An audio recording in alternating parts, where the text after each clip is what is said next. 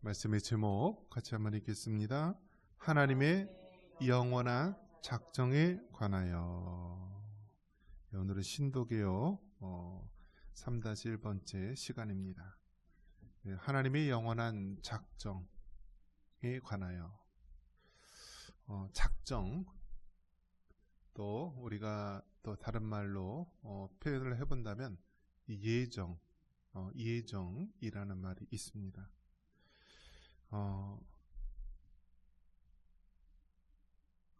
예정이라는 말을 우리가 떠올릴 때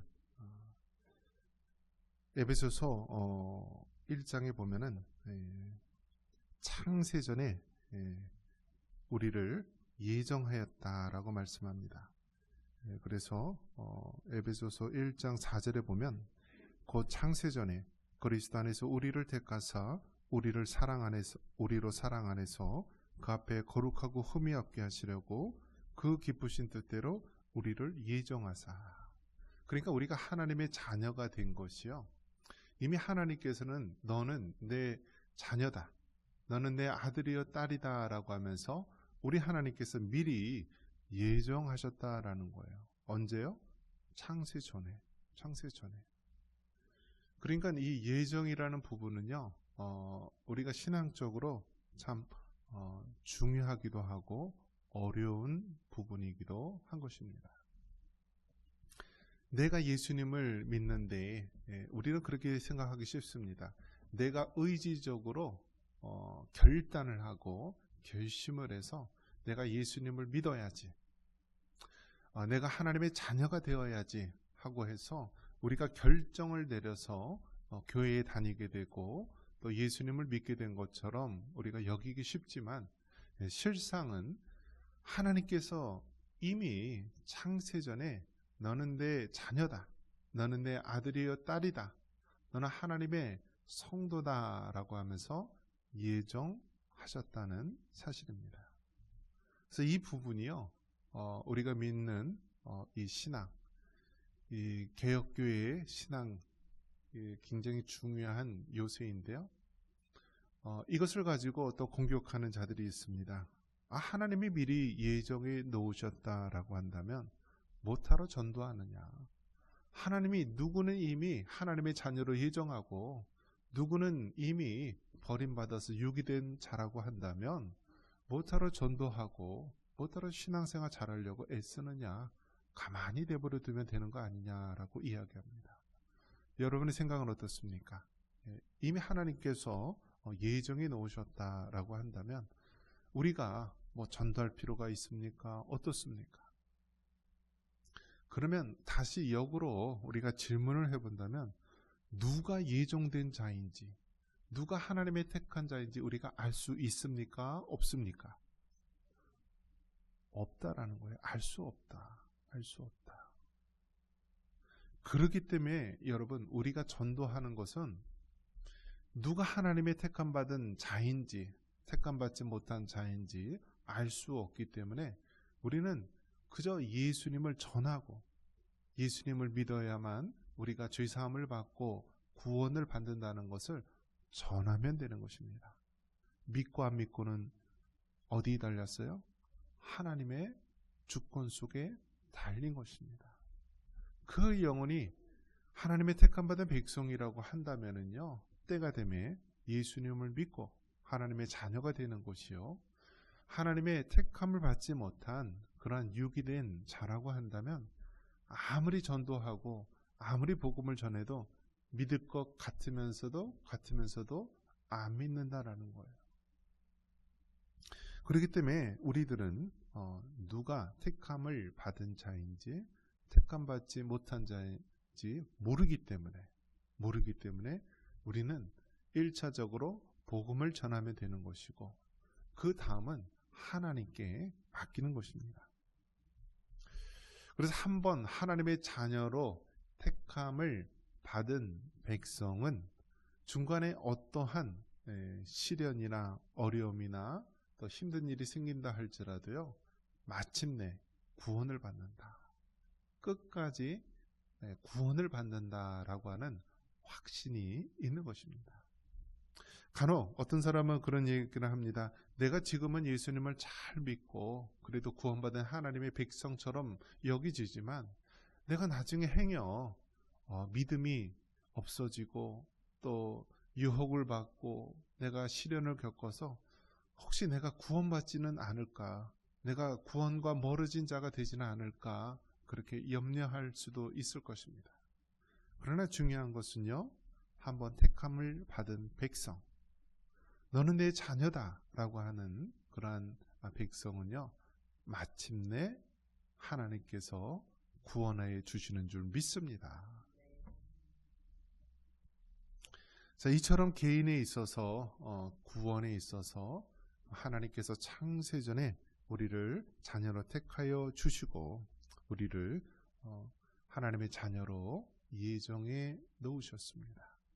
그래서 구원에 있어서는요, 이것을 예정이라고 합니다. 한번 따라해 보겠습니다. 예정. 자, 그러면 구원 이외에 다른 일에 대해서는 작정이란 말을 씁니다. 한번 따라해 볼까요? 작정. 그러니까 구원과 관련된 하나님이 창세전에 미리 하나님께서 택하시고 또 하나님의 자녀로 결정해 놓으신 것, 이것이 바로 예정이라고 한다면 이 구원 이외에 다른 것들에 대해서는 바로 작정이라는 말을 사용합니다. 예를 들어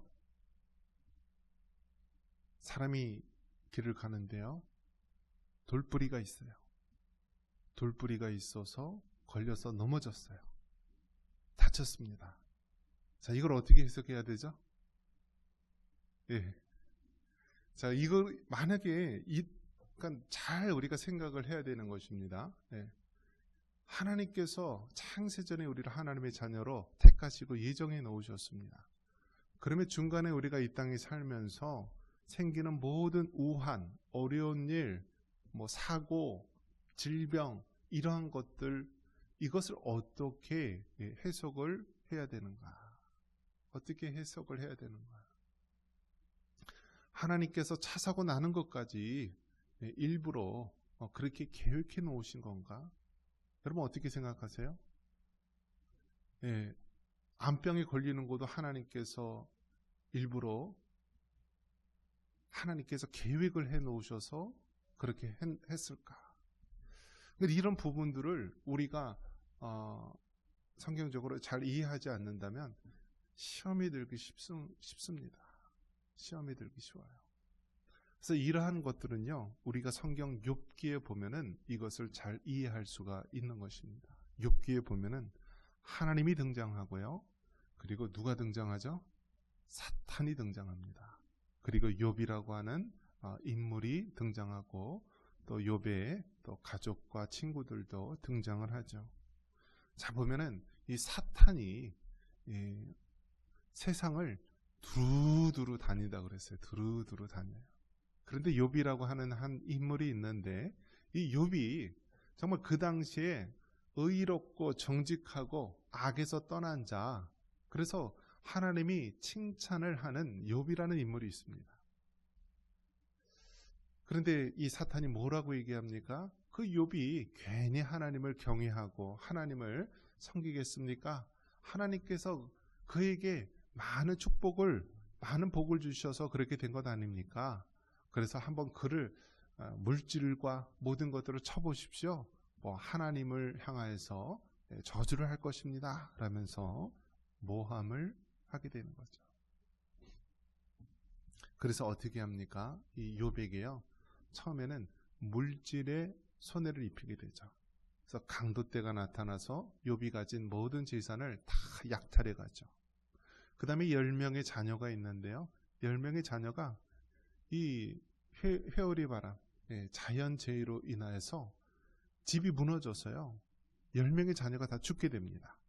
그래서 자녀가 모두 죽는 그런 시험을 받게 되죠. 그 다음에 세 번째 시험이 무엇입니까? 욥에게 바로 생명은 해하지 않지만 악창이라고 하는 그런 심한 질병이 걸립니다. 그래서 그 심한 악창, 피부병으로 인하여서 욥이 어떻게 하나요? 예, 그 질그릇 조각으로 그 자신의 피부를요 긁는 거예요. 아마 우리가 그림으로 떠올린다면 어떤가요? 막 몸에 염증이 생기고 막 가렵고 뭐 심하면은 막 거기에 구데기가 생길 수도 있는 거죠. 막 온몸이 그냥 썩어 들어가고 그러한 가운데서 그러한 재 가운데서 잿더미 가운데서 예, 기왓장 조각으로 벅벅 긁고 있는 욥의 모습. 이 모습을 보면은 참 참담한 모습인데요. 이 욥기를 보면서 도대체 어디까지인가? 하나님이 계획하시고 예정하신 것, 하나님이 작정하신 것 어디까지인가? 어떻게 이해를 해야 되나? 거기서 보면은 여러분 어떻습니까? 사탄이 모든 것을 다 자신의 뜻대로 하게 됩니까? 어떻게 되죠? 사탄조차도요, 하나님이 허락하신 범위 내에서만 할 수 있는 거예요.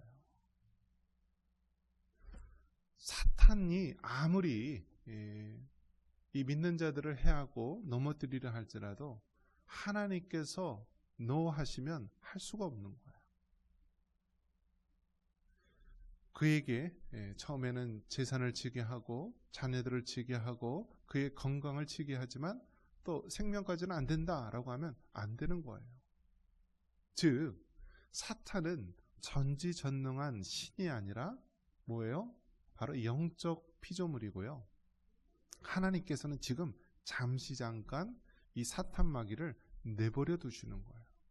그랬다가 세상 마지막 때에 그들을 영원한 심판 가운데 두게 되는데 거기가 어디예요? 지옥이라는 거예요. 지옥. 그러니까 결국은 지옥은요, 사탄을 위해서 만들어 놓은 거예요. 영적 피조물, 하나님의 그 명령을 어기고 교만한 가운데 하나님을 대적했다가 추락해버리고 또 떨어져 나간 이 영적 피조물, 이 사탄, 그리고 그를 따르는 자들을 위해서 내버려 둔 곳이 바로 지옥이고 영원한 형벌인 것입니다. 그렇기 때문에 하나님은 전지전능하시고요, 절대 주권을 가지시고 모든 것들을 다 아시고 하나님의 뜻대로 하나님의 예정하신 대로 다 이루시는 하나님이신 것입니다. 반면에 사탄은 정말 사탄이 전지전능하고 능력이 많은 것 같지만 한정돼 있다라는 거예요. 물론 사람보다는 능력이 많고 사람보다는 똑똑하고 사람보다는 많이 알 수는 있지만 그럼에도 불구하고 사탄은 피조물이고요, 하나님이 아니다라는 사실입니다. 자, 그러면 이제 한번 물어보겠습니다. 점 보는 사람들이 있죠? 점 보는 거. 사주팔자 보고요. 뭐 이사 가는 날 이사 날짜 보고요. 결혼하게 되면 궁합을 보고요. 그러면 이제 그 점쟁이들 이런 사람들 두 가지 종류가 있다라고 합니다. 공부를 통해서요, 노후에 무슨 직업 할까 하다가 점쟁이 직업을 하는 사람이 있대요. 그 사람들은 지식으로 배워서 책으로 배워서 점쟁이가 되는 사람이 있고요. 또 하나 점쟁이들은 신내림을 받아갖고 점쟁이 되는 사람이 있다라고 합니다. 그래서 이 귀신이 이렇게 들어와서요 알려준대요. 귀신이. 자, 그러면 귀신이 들어와서 알려주는 사람이 있으면 모든 것을 다 할까요? 모든 것을 다, 우리의 일생까지도 다 할까요?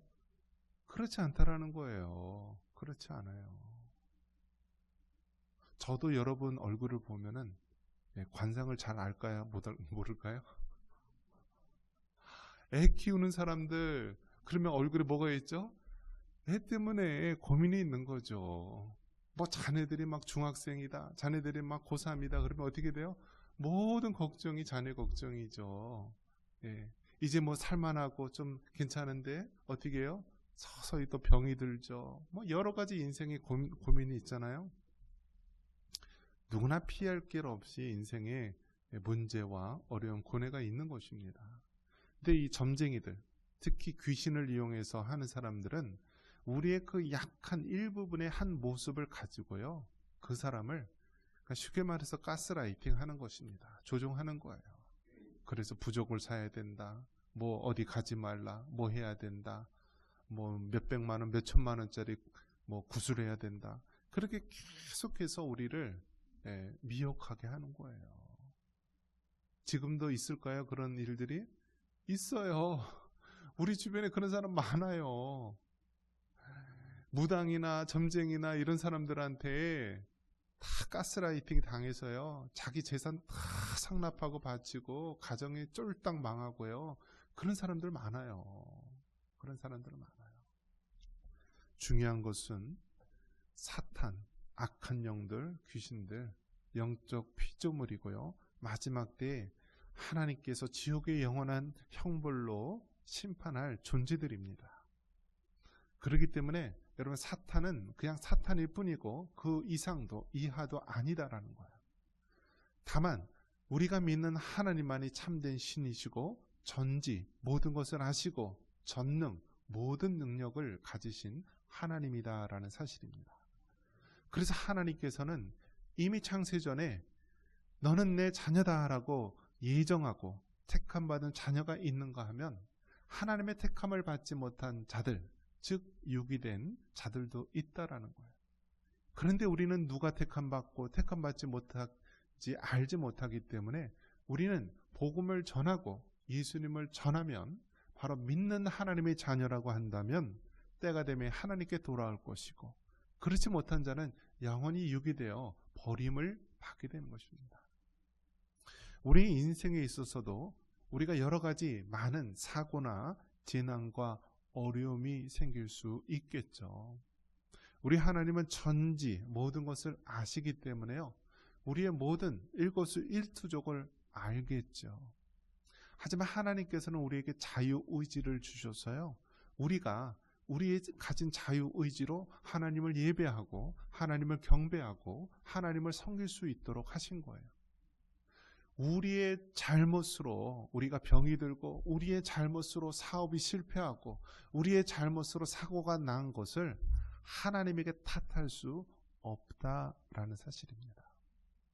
우리가 구원받고 못 받고 이 구원에 대한 문제는 하나님의 예정 속에 포함되어 있는 것이지만 우리가 일상 속에서 만나는 그 모든 일조차도 모든 사고와 어려움조차도 이 하나님의 예정 속으로 우리가 묶어놓을 수 없다라는 거예요.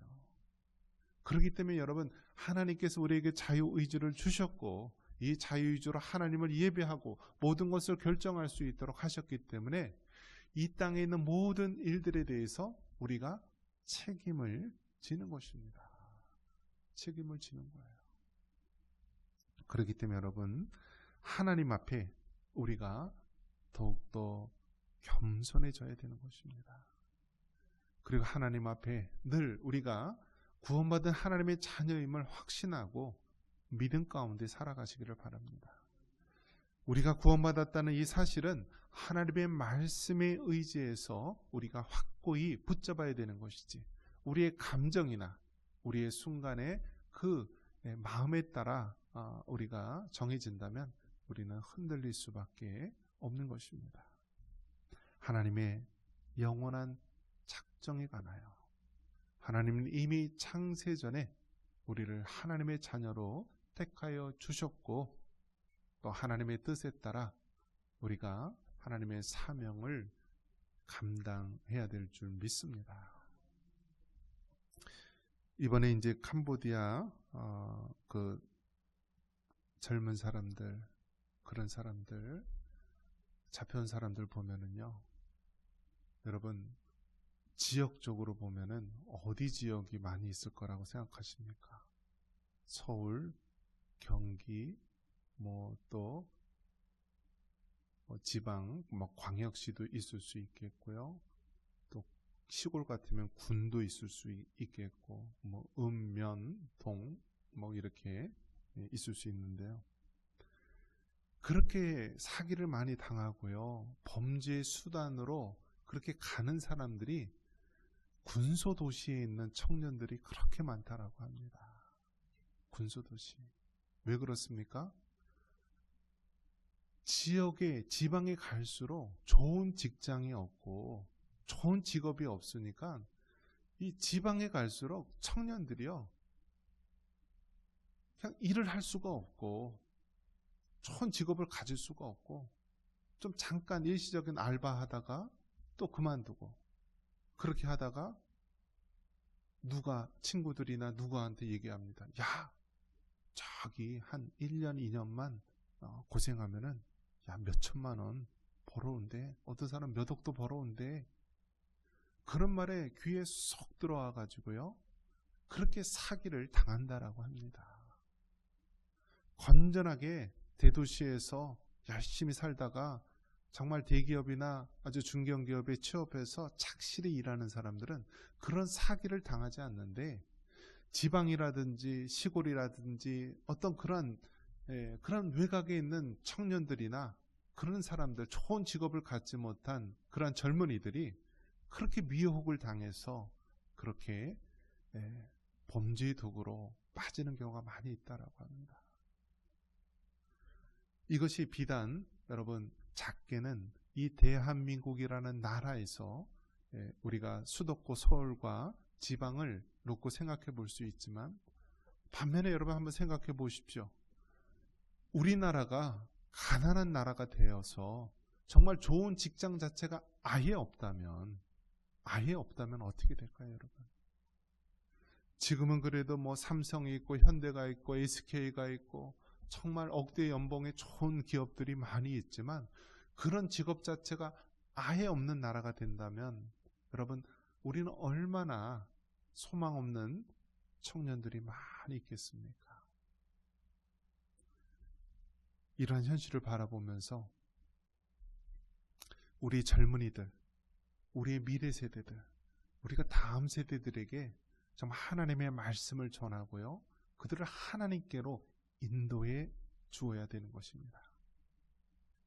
내가 비록 현실적으로 어렵고 힘든 일이 있다 할지라도 하나님께서 너를 사랑하시고 하나님께서 너를 택하신 줄 믿는다. 그렇기 때문에 아무리 어렵고 힘들다 할지라도 내가 예수님을 믿고 주님 안에서 하나님이 너에게 준 달란트를 가지고 정말 그 일을 통하여 하나님께 영광을 돌리도록 하여라 하면서 우리가 격려하고 위로하고 인도해 주어야 하는 것입니다. 지금 우리가 살고 있는 사회가 참으로 너무나 죄악이 많고요, 우리 젊은이들에게 너무나 많은 미혹이 놓여 있는 사회입니다. 이럴 때일수록 우리가 예수님을 전하고 하나님의 창조 계획 속에서 그 영혼들을 하나님께로 인도하고 하나님의 예정 속에서 우리는 구원받은 하나님의 자녀임을 확신케 하는 그러한 역사가 있기를 바랍니다. 이러한 은혜가 있기를 주님의 이름으로 축원합니다.